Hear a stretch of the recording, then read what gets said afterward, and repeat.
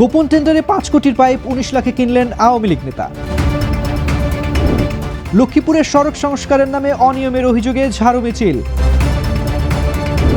কুমিল্লায় উচ্ছেদ অভিযানে কোটি টাকার সরকারি সম্পত্তি উদ্ধার। শরীয়তপুরে বসতঘরে ককটেল বিস্ফোরণ, প্রাণ গেল যুবকের। উত্তরের 9 জেলা সফরে যাচ্ছেন তারেক রহমান, চলছে প্রস্তুতি। আমন্ত্রণ বাংলাদেশ প্রতিদিন সারা দেশের সংবাদে।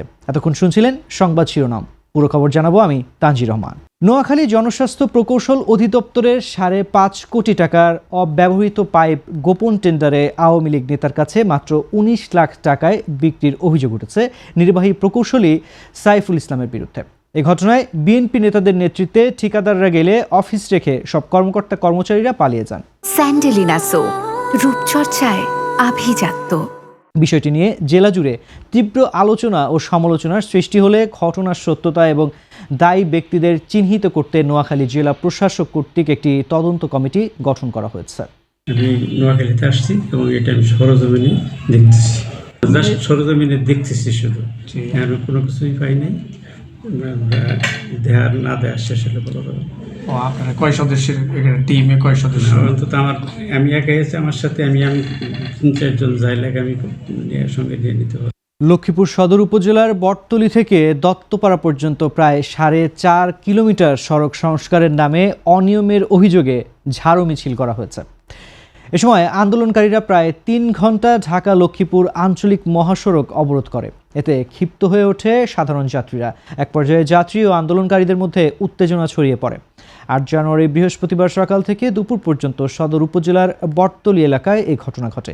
এ সময় ঢাকা, চট্টগ্রাম সহ বিভিন্ন জেলাগামী যাত্রীবাহী বাস আচকা পড়ে। এই ঘটনায় যাত্রী ও চালকদের মাঝে মিশ্র প্রতিক্রিয়া দেখা যায়।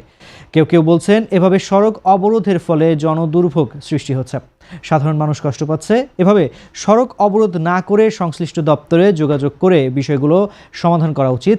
আর আন্দোলনকারীরা বলছেন বটতলী থেকে দত্তপাড়া পর্যন্ত সড়কে ব্যাপক অনিয়ম ও দুর্নীতি হয়েছে, নিম্নমানের উপকরণ ব্যবহার করা হয়েছে, ফলে রাস্তাটি সংস্কারের কয়েকদিনের মধ্যে বেশ কিছু অংশ ভেঙে গেছে, যানবাহন চলাচলে ব্যাপক দুর্ভোগ পোহাতে হচ্ছে।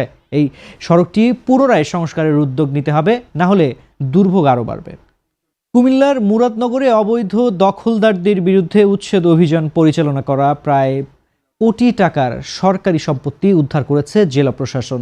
মুরাদনগর উপজেলার বাঙ্গরা বাজার থানা এলাকার রাজাবাড়ি গ্রামে অভিযান পরিচালনা করা হয়। এ সময় গাজীরহাট শ্রীকাইল সড়কের পাশে দীর্ঘদিন যাবৎ অবৈধভাবে দখল করা রাখা 25 শতক সরকারি হালট বেদখল মুক্ত করা হয়। মুরাদনগর উপজেলা ভূমি অফিসের সহকারী কমিশনার মোহাম্মদ সাকিব হাসান খান বলেন, আকুবপুর ইউনিয়নের রাজাবাড়ি গ্রামের শিশু মিয়ার ছেলে তাজুল ইসলাম, নুরুল ইসলাম আবন এবং ওসমান মিয়ার ছেলে আবুল বাশার সহ 7টি পরিবার অবৈধভাবে বিভিন্ন স্থাপনা নির্মাণ করে দীর্ঘদিন যাবৎ সরকারি ভূমি জবরদখল করে রেখেছিল। এইখানে আমাদের একটা রাস্তার কাজ চলমান ছিল। আকুবপুর ইউনিয়নের বৈলগড় মৌজায় আমাদের রাস্তা শ্রেণীর প্রায় 30 শতক জায়গার উপরে অবৈধ স্থাপনা ছিল। সরকারি প্রায় 70 থেকে 80 লক্ষ টাকার সম্পদ তছরূপ ছিল। আমরা তাদেরকে বারবার নোটিশ করার পরেও তারা অবৈধ স্থাপনা সরিয়ে নেয়নি, যার ফলশ্রুতিতে আমাদের যে বিজ্ঞ জেলা ম্যাজিস্ট্রেট স্যারের নির্দেশনায় আমরা উচ্ছেদ কার্যক্রম পরিচালনা করেছি।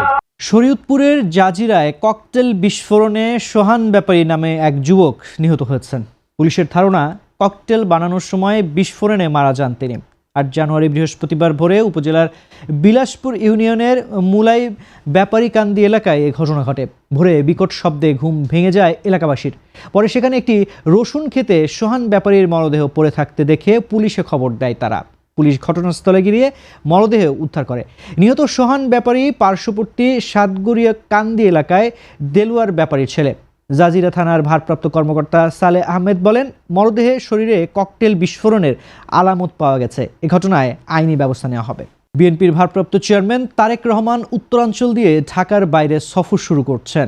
লন্ডনে প্রায় 1.5 যুগের নির্বাসন শেষে দেশে ফেরার পর এটাই ঢাকার বাইরে তার প্রথম সফর। আগামী 11 থেকে 14 জানুয়ারি পর্যন্ত উত্তরের 9টি জেলায় যাবেন তিনি। এই সফর ঘিরে নেতাকর্মী ও সমর্থকদের মাঝে উৎসব ও উদ্দীপনা বিরাজ করছে। এদিকে প্রিয় নেতার আগমনকে কেন্দ্র করে ঠাকুরগাঁও ও পঞ্চগড়ে দলীয় নেতাকর্মীদের মাঝে লক্ষ্য করা যাচ্ছে উৎসাহ, উদ্দীপনা ও প্রাণচাঞ্চল্য।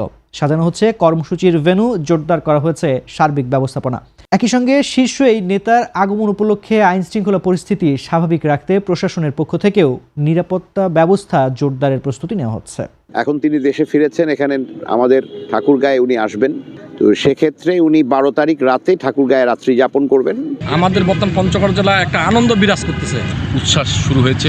ইনশাল্লাহ এটা আমরা এগিয়ে নিয়ে যাবো এবং আমাদের এই প্রোগ্রাম সফল হবে ইনশাল্লাহ।